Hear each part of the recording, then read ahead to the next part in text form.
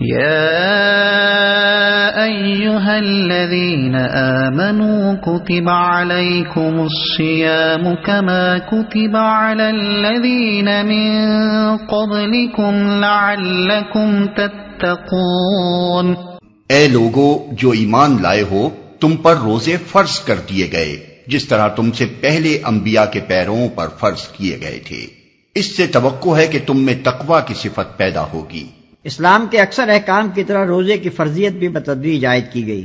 نبی صلی اللہ علیہ وسلم نے ابتدا میں مسلمانوں کو صرف ہر مہینے 3 دن کے روزے رکھنے کی ہدایت فرمائی تھی، مگر یہ روزے فرض نہ تھے۔ پھر 2 ہجری میں رمضان کے روزوں کا یہ حکم قرآن میں نازل ہوا، مگر اس میں اتنی رعایت رکھی گئی کہ جو لوگ روزے کو برداشت کرنے کی طاقت رکھتے ہوں اور پھر بھی روزہ نہ رکھیں، وہ ہر روزے کے بدلے ایک مسکین کو کھانا کھلا دیا کریں۔ بعد میں دوسرا حکم نازل ہوا اور یہ عام رعایت منسوخ کر دی گئی، لیکن مریض اور مسافر اور حاملہ یا دودھ پلانے والی عورت اور ایسے بوڑھے لوگوں کے لیے جن میں روزے کی طاقت نہ ہو، اس رعایت کو بدستور باقی رہنے دیا گیا، اور انہیں حکم دیا گیا کہ بعد میں جب عذر باقی نہ رہے تو قضا کے اتنے روزے رکھ لیں جتنے رمضان میں ان سے چھوٹ گئے ہیں۔ ایاما معدودات فمن كان منكم مريضا أو على سفر فعدة من أيام أخر وعلى الذين يطيقونه فدية طعام مسكين فمن تطوع خيرا فهو خير له وَأَن تَصُومُوا خَيْرٌ لَكُمْ إِن كُنتُمْ تَعْلَمُونَ۔ چند مقرر دنوں کے روزے ہیں، اگر تم میں سے کوئی بیمار ہو یا سفر پر ہو تو دوسرے دنوں میں اتنی ہی تعداد پوری کر لے، اور جو لوگ روزہ رکھنے کی قدرت رکھتے ہوں پھر نہ رکھیں تو وہ فدیہ دیں۔ ایک روزے کا فدیہ ایک مسکین کو کھانا کھلانا ہے، اور جو اپنی خوشی سے کچھ زیادہ بھلائی کرے تو یہ اسی کے لیے بہتر ہے۔ لیکن اگر تم سمجھو تو تمہارے حق میں اچھا یہی ہے کہ روزہ رکھو۔ جو اپنی خوشی سے کچھ زیادہ بھلائی کرے، یعنی ایک سے زیادہ آدمیوں کو کھانا کھلائے، یا یہ کہ روزہ بھی رکھے اور مسکین کو کھانا بھی کھلائے۔ لیکن اگر تم سمجھو تو تمہارے حق میں اچھا یہی ہے کہ روزہ رکھو۔ یہاں تک وہ ابتدائی حکم ہے جو رمضان کے روزوں کے متعلق 2 ہجری میں جنگ بدر سے پہلے نازل ہوا تھا۔ اس کے بعد کی آیات اس کے 1 سال بعد نازل ہوئیں اور مناسبت مضمون کی وجہ سے اسی سلسلہ بیان میں شامل کر دی گئیں۔ شہر رمضان الذی انزل فیہ القرآن ھدی للناس وبینات من الھدی والفرقان فمن شہد منکم الشہر فلیصمہ ومن كان مريضا أو على سفر فعدة من أيام أخر يريد الله بكم اليسر ولا يريد بكم العسر ولتكملوا العدة ولتكبروا الله على ما هداكم وَلِتُكَبِّرُوا اللَّهَ عَلَى مَا هَدَاكُمْ وَلَعَلَّكُمْ تَشْكُرُونَ۔ رمضان وہ مہینہ ہے جس میں قرآن نازل کیا گیا جو انسانوں کے لیے سراسر ہدایت ہے اور ایسی واضح تعلیمات پر مشتمل ہے جو راہ راست دکھانے والی اور حق و باطل کا فرق کھول کر رکھ دینے والی ہیں۔ لہٰذا اب سے جو شخص اس مہینے کو پائے اس کو لازم ہے کہ اس پورے مہینے کے روزے رکھے، اور جو کوئی مریض ہو یا سفر پر ہو تو وہ دوسرے دنوں میں روزوں کی تعداد پوری کرے۔ اللہ تمہارے ساتھ نرمی کرنا چاہتا ہے، سختی کرنا نہیں چاہتا، اس لیے یہ طریقہ تمہیں بتایا جا رہا ہے تاکہ تم روزوں کی تعداد پوری کر سکو، اور جس ہدایت سے اللہ نے تمہیں سرفراز کیا ہے اس پر اللہ کی کبریائی کا اظہار و اعتراف کرو اور شکر گزار بنو۔ اور جو کوئی مریض ہو یا سفر پر ہو تو وہ دوسرے دنوں میں روزوں کی تعداد پوری کرے۔ سفر کی حالت میں روزہ رکھنا یا نہ رکھنا آدمی کے اختیار تمیزی پر چھوڑ دیا گیا ہے۔ نبی صلی اللہ علیہ وسلم کے ساتھ جو صحابہ سفر میں جایا کرتے تھے ان میں سے کوئی روزہ رکھتا تھا اور کوئی نہ رکھتا تھا، اور دونوں گروہوں میں سے کوئی دوسرے پر اعتراض نہ کرتا تھا۔ خود آن حضرت صلی اللہ علیہ وسلم نے بھی کبھی سفر میں روزہ رکھا ہے اور کبھی نہیں رکھا ہے۔ ایک سفر کے موقع پر ایک شخص بدحال ہو کر گر گیا اور اس کے گرد لوگ جمع ہو گئے۔ نبی صلی اللہ علیہ وسلم نے یہ حال دیکھ کر دریافت فرمایا، کیا معاملہ ہے؟ عرض کیا گیا، روزے سے ہے۔ فرمایا، یہ نیکی نہیں ہے۔ جنگ کے موقع پر تو آپ حکماً روزے سے روک دیا کرتے تھے تاکہ دشمن سے لڑنے میں کمزوری لاحق نہ ہو۔ حضرت عمر کی روایت ہے کہ ہم نبی صلی اللہ علیہ وسلم کے ساتھ 2 مرتبہ رمضان میں جنگ پر گئے، پہلی مرتبہ جنگ بدر میں اور آخری مرتبہ فتح مکہ کے موقع پر، اور دونوں مرتبہ ہم نے روزے چھوڑ دیے۔ ابن عمر کا بیان ہے کہ فتح مکہ کے موقع پر حضور صلی اللہ علیہ وسلم نے فرما دیا تھا کہ دشمن سے مقابلہ درپیش ہے، روزے چھوڑ دو تاکہ تمہیں لڑنے کی قوت حاصل ہو۔ عام سفر کے معاملے میں یہ بات کہ کتنی مسافت کے سفر پر روزہ چھوڑا جا سکتا ہے حضور کے کسی ارشاد سے واضح نہیں ہوتی، اور صحابہ کرام رضوان اللہ تعالی علیہم اجمعین کا عمل اس باب میں مختلف ہے۔ صحیح یہ ہے کہ جس مسافت پر عرف عام میں سفر کا اطلاق ہوتا ہے اور جس میں مسافرانہ حالت انسان پر طاری ہوتی ہے، وہ افطار کے لیے کافی ہے۔ یہ امر متفق علیہ ہے کہ جس روز آدمی سفر کی ابتدا کر رہا ہو اس دن کا روزہ افطار کر لینے کا اسے اختیار ہے، چاہے تو گھر سے کھانا کھا کر چلے اور چاہے تو گھر سے نکلتے ہی کھا لے، دونوں عمل صحابہ سے ثابت ہیں۔ یہ امر کہ اگر کسی شہر پر دشمن کا حملہ ہو تو کیا لوگ مقیم ہونے کے باوجود جہاد کی خاطر روزہ چھوڑ سکتے ہیں؟ علماء کے درمیان مختلف فی ہے۔ بعض علماء اس کی اجازت نہیں دیتے، مگر علامہ ابن تیمیہ نے نہایت قوی دلائل کے ساتھ فتویٰ دیا تھا کہ ایسا کرنا بالکل جائز ہے۔ اس پر اللہ کی کبریائی کا اظہار و اعتراف کرو اور شکر گزار بنو۔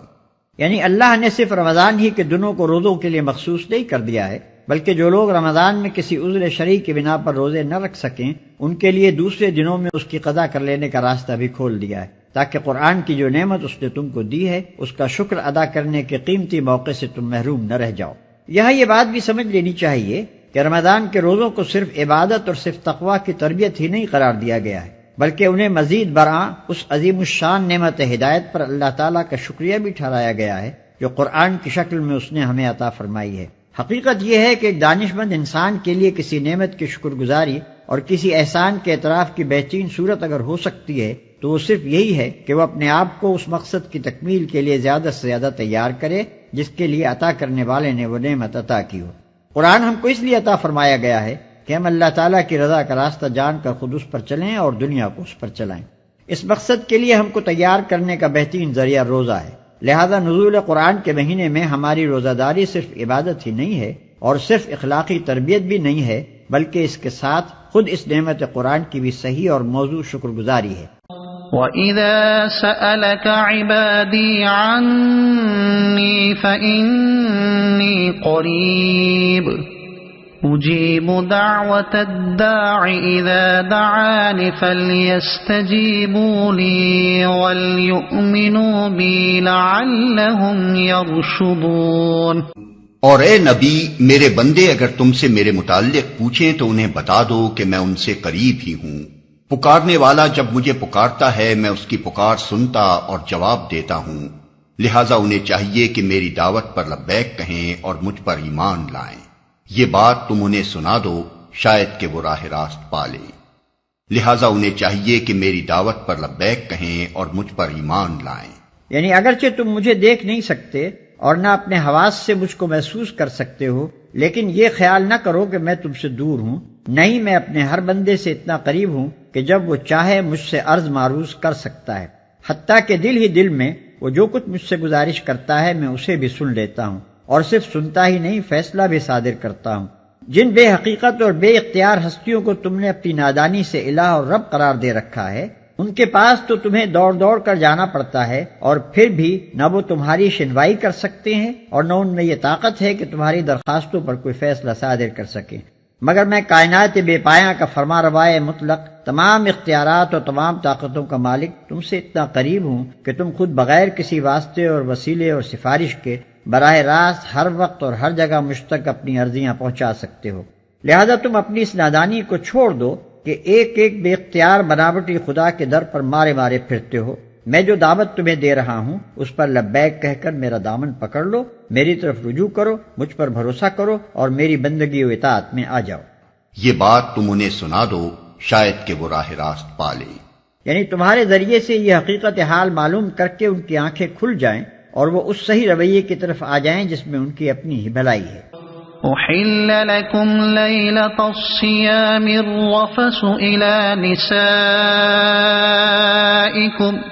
هن لباس لكم وأنتم لباس لهن علم الله أنكم كنتم تختانون أنفسكم فتاب عليكم وعفى عنكم فالآن باشروهن وابتغوا ما كتب الله لكم وكلوا واشربوا حتى يتبين لكم الخيط الأبيض من الخيط الأسود من الفجر ثم أتموا الصيام إلى الليل ولا تباشروهن وأنتم عاكفون في المساجد تلك حدود الله فلا تقربوها كذلك يبين الله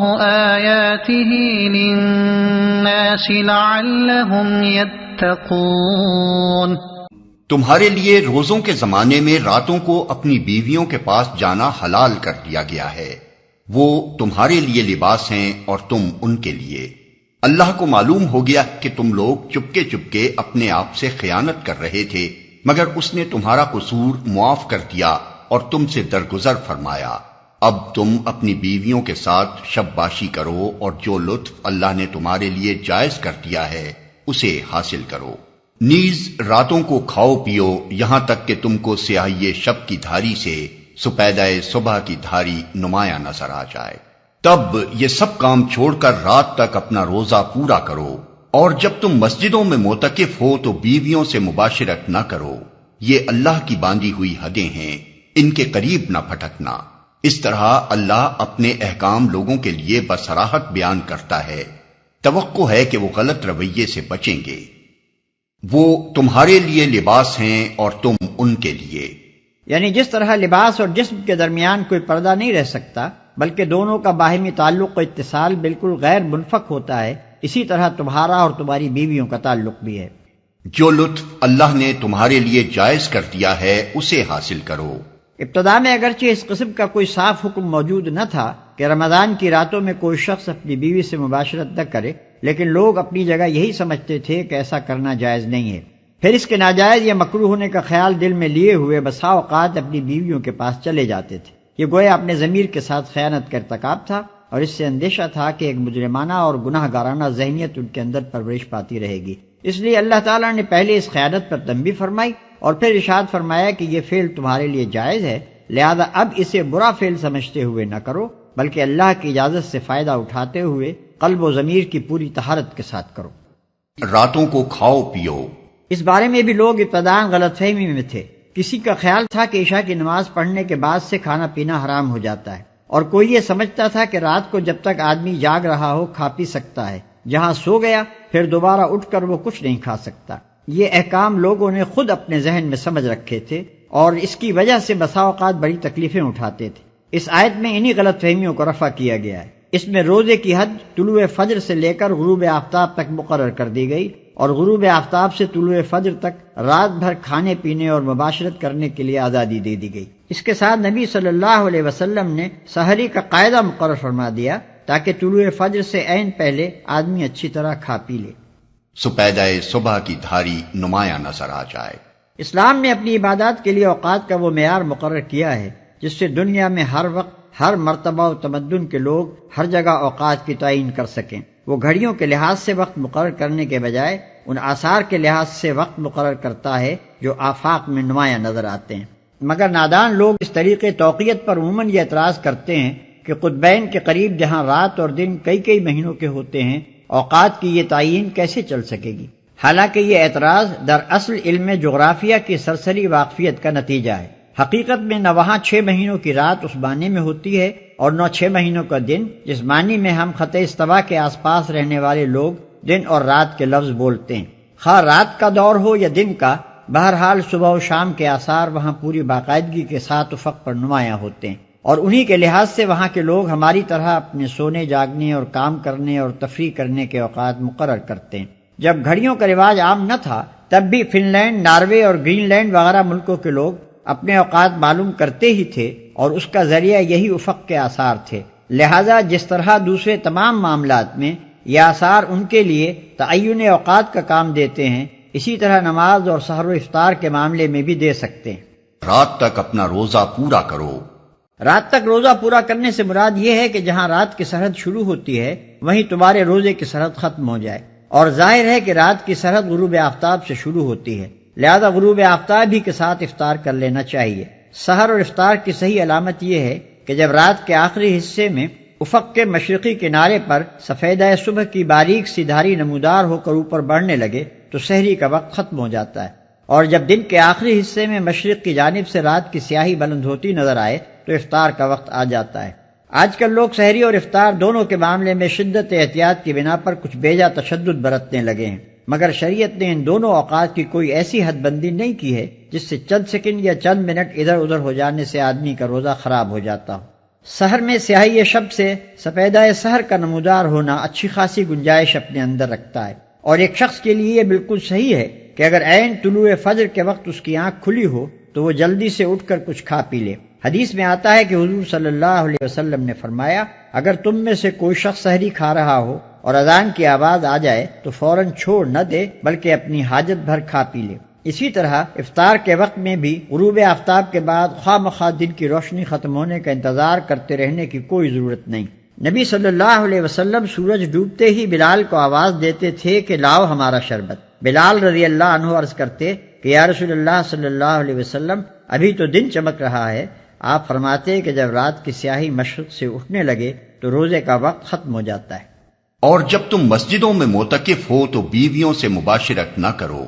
معتکف ہونے کا مطلب یہ ہے کہ آدمی رمضان کے آخری 10 دن مسجد میں رہے اور یہ دن اللہ کے ذکر کے لیے مختص کر دے۔ اس اعتکاف کی حالت میں آدمی اپنی انسانی حاجات کے لیے مسجد سے باہر جا سکتا ہے، مگر لازم ہے کہ وہ اپنے آپ کو شہوانی لذتوں سے روکے رکھے۔ یہ اللہ کی باندھی ہوئی حدیں ہیں، ان کے قریب نہ پھٹکنا۔ یہ نہیں فرمایا کہ ان حدوں سے تجاوز نہ کرنا، بلکہ یہ فرمایا کہ ان کے قریب نہ پھٹکنا۔ اس کا مطلب یہ ہے کہ جس مقام سے معصیت کی حد شروع ہوتی ہے، عین اسی مقام کے آخری کناروں پر گھومتے رہنا آدمی کے لیے خطرناک ہے۔ سلامتی اس میں ہے کہ آدمی سرحد سے دور ہی رہے تاکہ بھولے سے بھی قدم اس کے پار نہ چلا جائے۔ یہی مضمون اس حدیث میں بیان ہوا ہے جس میں نبی صلی اللہ علیہ وسلم نے فرمایا کہ ہر بادشاہ کی ایک حما ہوتی ہے، اور اللہ کی حما اس کی وہ حدیں ہیں جن سے اس نے حرام و حلال اور طاعت و معصیت کا فرق قائم کیا ہے۔ جو جانور حما کے گرد ہی چرتا رہے گا، ہو سکتا ہے کہ ایک روز وہ حما کے اندر داخل ہو جائے۔ افسوس ہے کہ بہت سے لوگ جو شریعت کی روح سے ناواقف ہیں ہمیشہ اجازت کی آخری حدوں تک ہی جانے پر اصرار کرتے ہیں، اور بہت سے علماء و مشائخ بھی اسی غرض کے لیے سندیں ڈھونڈ ڈھونڈ کر جواز کی آخری حدیں انہیں بتایا کرتے ہیں تاکہ وہ اس باریک خط امتیاز ہی پر گھومتے رہیں جہاں اطاعت اور معصیت کے درمیان محض بال برابر فاصلہ رہ جاتا ہے۔ اسی کا نتیجہ ہے کہ بکثرت لوگ معصیت اور معصیت سے بھی بڑھ کر ضلالت میں مبتلا ہو رہے ہیں، کیونکہ ان باریک سرحدی خطوط کی تمیز اور ان کے کنارے پہنچ کر اپنے آپ کو قابو میں رکھنا ہر ایک کے بس کا کام نہیں ہے۔ وَلَا تَأْكُلُوا أَمْوَالَكُمْ بَيْنَكُمْ بِالْبَاطِلِ وَتُدْلُوا بِهَا إِلَى الْحُكَّامِ لِتَأْكُلُوا فَرِيقًا مِّنْ أَمْوَالِ النَّاسِ بِالْإِثْمِ وَأَنْتُمْ تَعْلَمُونَ۔ اور تم لوگ نہ تو آپس میں ایک دوسرے کے مال ناروا طریقے سے کھاؤ اور نہ حاکموں کے آگے ان کو اس غرض کے لیے پیش کرو کہ تمہیں دوسرے کے مال کا کوئی حصہ قصداً ظالمانہ طریقے سے کھانے کا موقع مل جائے۔ اس آیت کا ایک مفہوم تو یہ ہے کہ حاکموں کو رشوت دے کر ناجائز فائدے اٹھانے کی کوشش نہ کرو، اور دوسرا مفہوم یہ ہے کہ جب تم خود جانتے ہو کہ مال دوسرے شخص کا ہے تو محض اس لیے کہ اس کے پاس اپنی ملکیت کا کوئی ثبوت نہیں ہے، یا اس بنا پر کہ کسی اینچ پینچ سے تم اس کو کھا سکتے ہو، اس کا مقدمہ عدالت میں نہ لے جاؤ۔ ہو سکتا ہے کہ حاکم عدالت روداد مقدمہ کے لحاظ سے وہ مال تم کو دلوا دے، مگر حاکم کا ایسا فیصلہ دراصل غلط بتائی ہوئی روداد سے دھوکہ کھا جانے کا نتیجہ ہوگا۔ اس لیے عدالت سے اس کی ملکیت کا حق حاصل کر لینے کے باوجود حقیقت میں تم اس کے جائز مالک نہ بن جاؤ گے، عند اللہ وہ تمہارے لیے حرام ہی رہے گا۔ یعنی میں بہرحال ایک انسان ہی تو ہوں، ہو سکتا ہے کہ تم ایک مقدمہ میرے پاس لاؤ اور تم میں سے ایک فریق دوسرے کی بنسبت زیادہ چرب زبان ہو اور اس کے دلائل سن کر میں اس کے حق میں فیصلہ کر دوں، مگر یہ سمجھ لو کہ اگر اس طرح اپنے کسی بھائی کے حق میں سے کوئی چیز تم نے میرے فیصلے کے ذریعے سے حاصل کی تو دراصل تم دوزخ کا ایک ٹکڑا حاصل کرو گے۔